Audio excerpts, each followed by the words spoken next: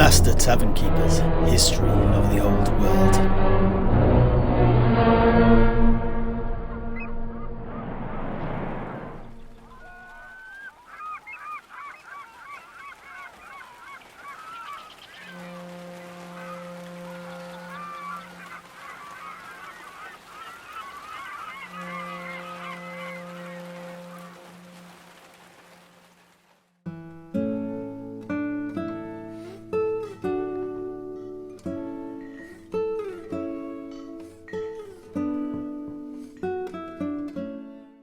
So, perhaps now we can come on to this citadel of lead.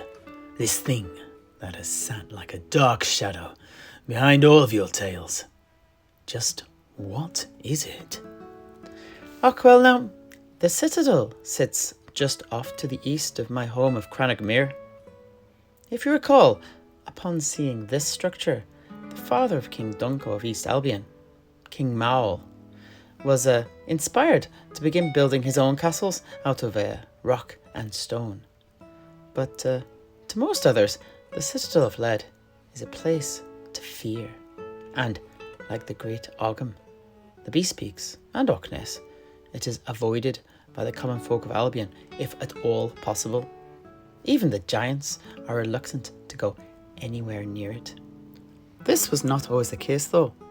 Once upon a time, it was one of the most sacred temples of the Truthsayers. But unlike most of the sacred places in Albion, such as the Forge of the Old Ones, a stone-stepped pyramid upon a warren of tunnels and caverns, or the Great Ogham, a massive set of standing stones, the Citadel of Lead is not made from trustworthy and dependable stone at all. Rather, it's made from a strange metal. And as such, it is a towering, metallic fortress that stretches up high, all but scraping the sky above. How enigmatic. But what purpose could it possibly serve? Well, although it is assumed to have been made by the Slann for the Old Ones millennia ago, no one truly knows why it was constructed. The common folk say it is the resting place of a god, both a prison and yet a throne. But this is nothing more than tittle-tattle, and we Truthsayers are certain it was once a structure of great importance to the Old Ones, in some way connected to the Polar Gates and communication across the Empyrean. But it fell out of use during the early days of the Great War against Chaos, and has remained locked up since, closed to one and all. And not even we Truthsayers can now find any entrance to the fortress. It has become a mysterious place. But that said, my old mentor, the venerable Bede, made an extensive study of the citadel, both the place itself and its history, and unearthed part of its story. He traced the shutting up of the citadel back to a particular series of events centered around a singular individual, a malignant figure, thankfully now banished from the world, pretty much anyway. Tell me, have you heard the name Be'lakor? Wait. Be'lakor. Yes, I know that name. Yes, I know it. When I used to work on the old Norse whaling ship, one of the sea shanties we used to sing was about him. I never knew what it was, though. I just used to sing along. Oh, cut the men down, Norskins, cut the men down. Way, hey, cut the men down. For the Dark Master in two and in twain. Way, hey, oh, cut the men down. The Father in shadow is watching us all. Way, hey, cut the men down. To the herald of conquest will answer the call. Way, hey, oh, cut the men down. The Lord of Torment, Be'lakor the spurned. Way, hey, cut the men down. For the four tokens come to sow, reap, spill, and burn. Way, hey, oh, cut the men down. Master Tavern Keeper, I think that's quite enough of that. But It certainly seems to be a shanty about the one I'm speaking of. The first demon prince of the realm of chaos. The servant, and yet not the servant of the undivided pantheon of the dark gods. Be'lakor, the Dark Master. Ah, I see. What then, pray tell, did your venerable mentor uncover? I feel this is knowledge worth knowing. Och, well, he told me this.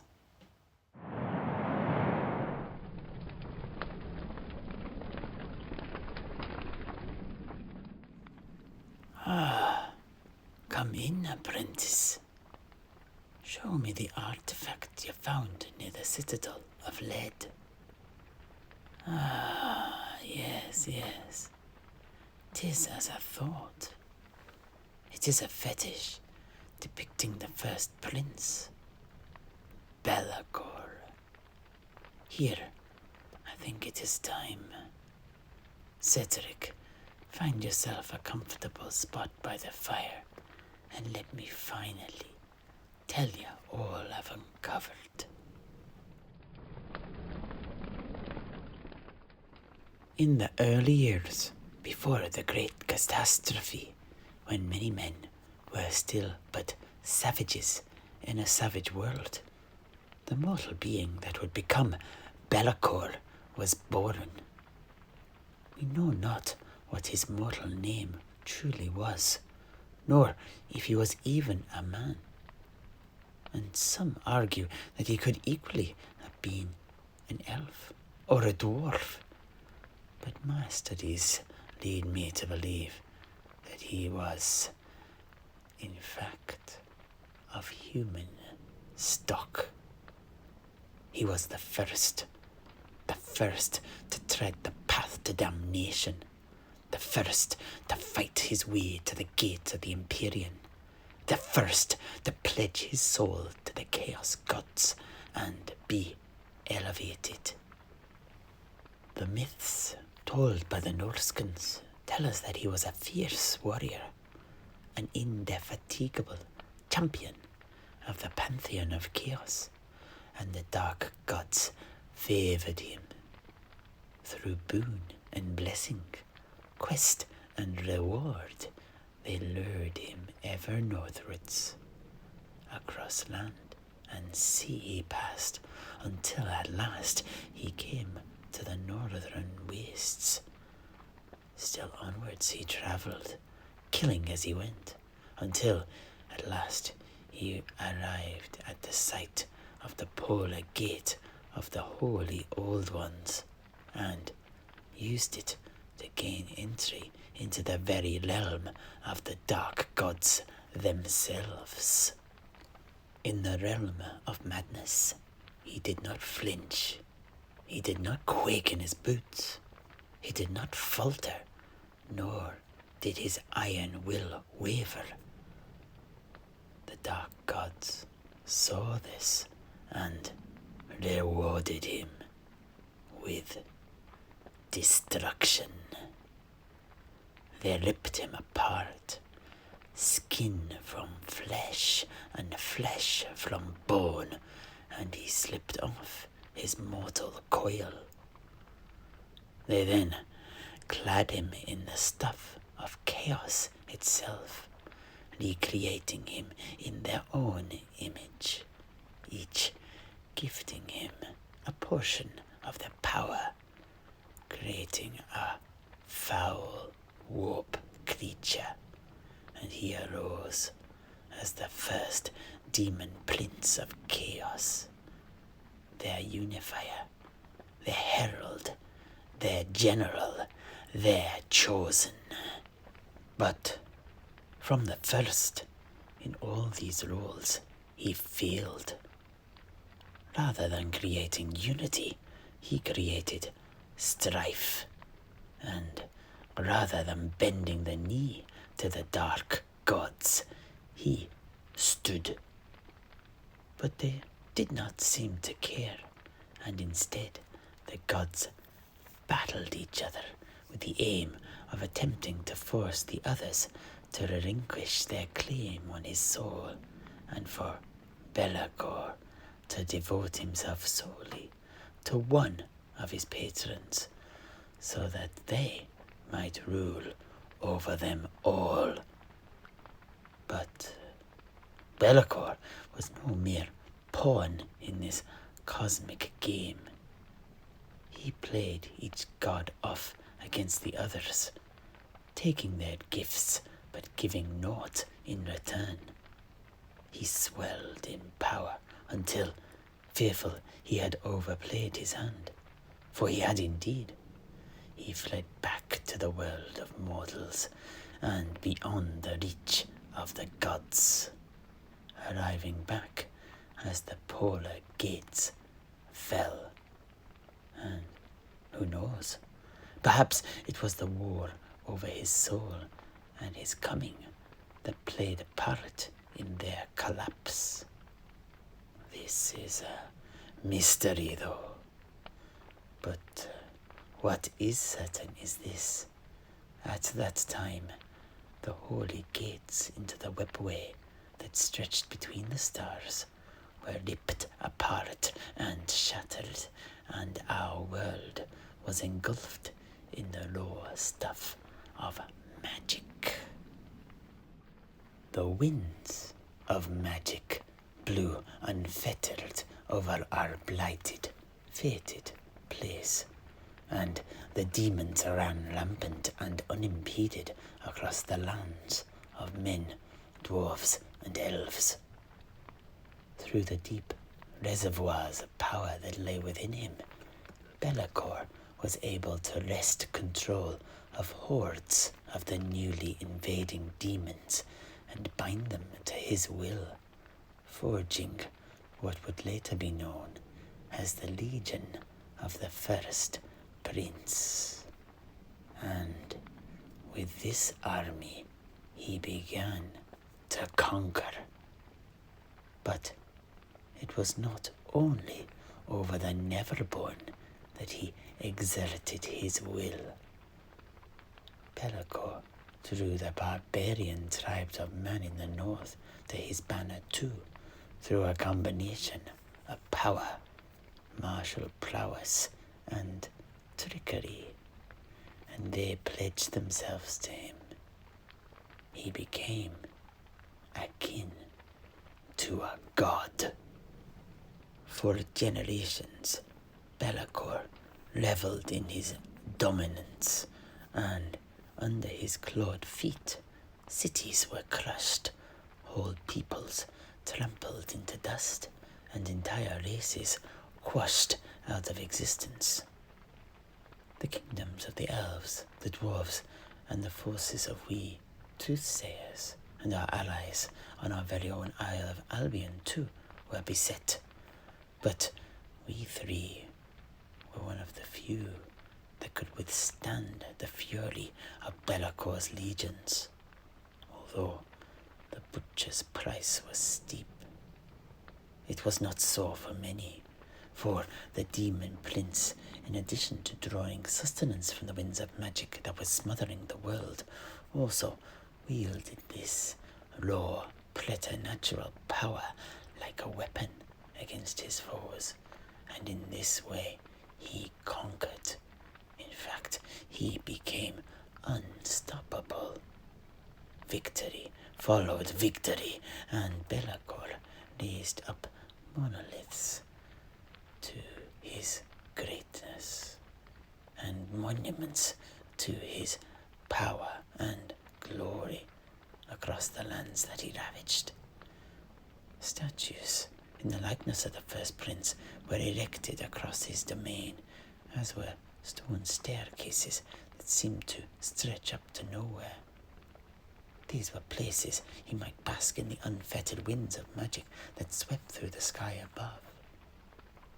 At his bidding, his minions too dug into the earth, and great wells down into the ground were carved out in order to gain access to deposits of warpstone and the energies of the sea of souls that had sunk into the bedrock below.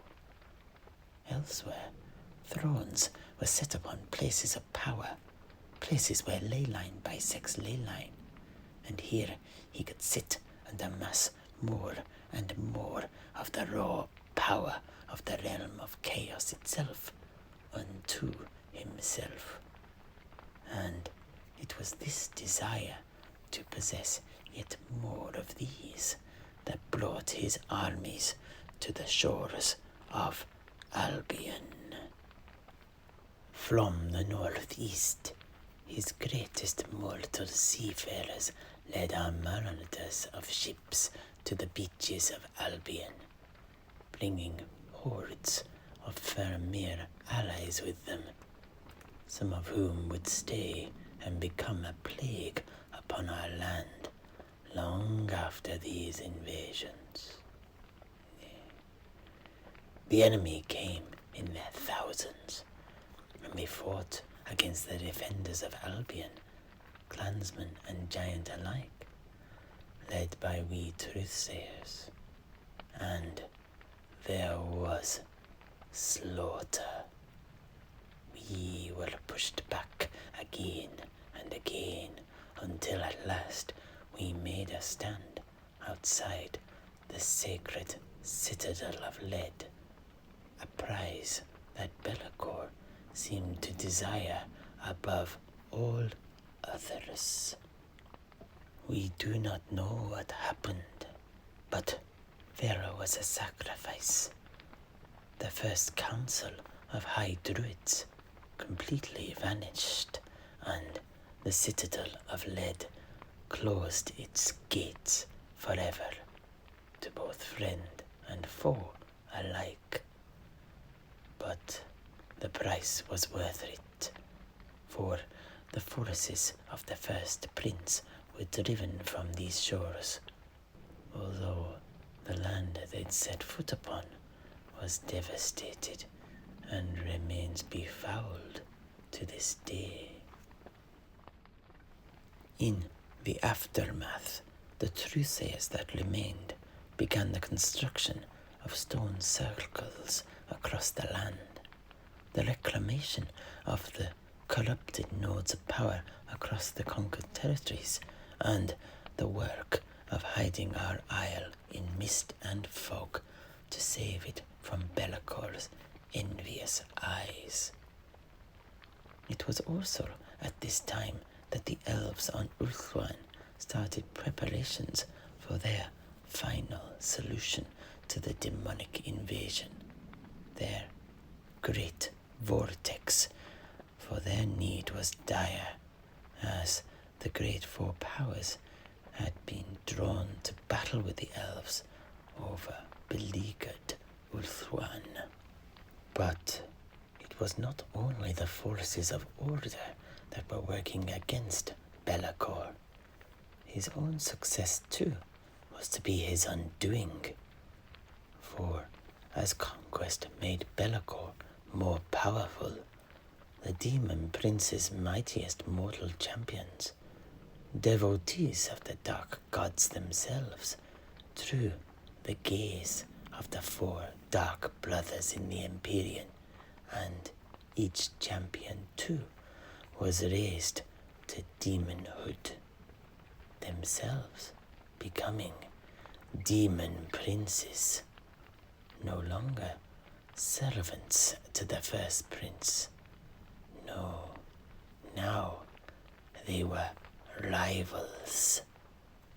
Be'lakor suddenly found himself at war with would-be usurpers. We here in Albion were spared, as his plans to return to the Isle at the head of his armies were abandoned, as he had to now fight rebellion within his own ranks.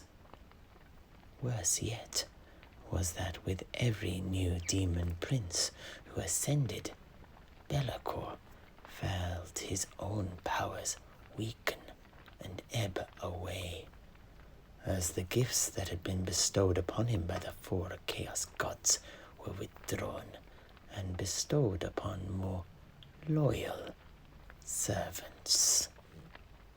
And so Bellacor's dark empire splintered as the newborn demon princes battled against both the first prince and each other, each attempting to carve out their own realms in the mortal sphere.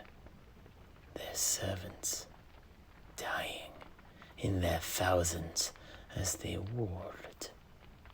Yet none could approach achieving what Be'lakor had, and none, not even the first prince himself, for all his guile and wit, could bind the forces of chaos back together again. The infighting in the old world drew many demons too away from the war for the realm of Ulthuan, allowing the elves to begin implementing the great vortex and siphon off much of the ambient magic in the world, robbing the demons of the thing they needed above all else to manifest in the realm of mortals. As you know, the elves succeeded, and magic faded from the world, drawing the demons back into the sea of souls. Be'lakor was the last to be banished, his link to the mortal plane greater than any others. But even he could not stand against the rising tide.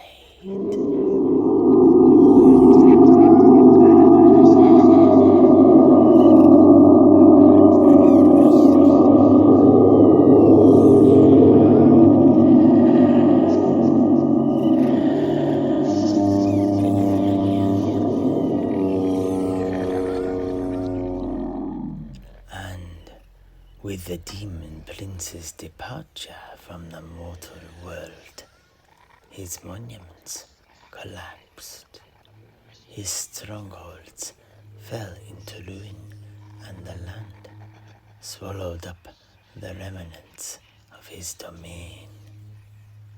But his story does not end here.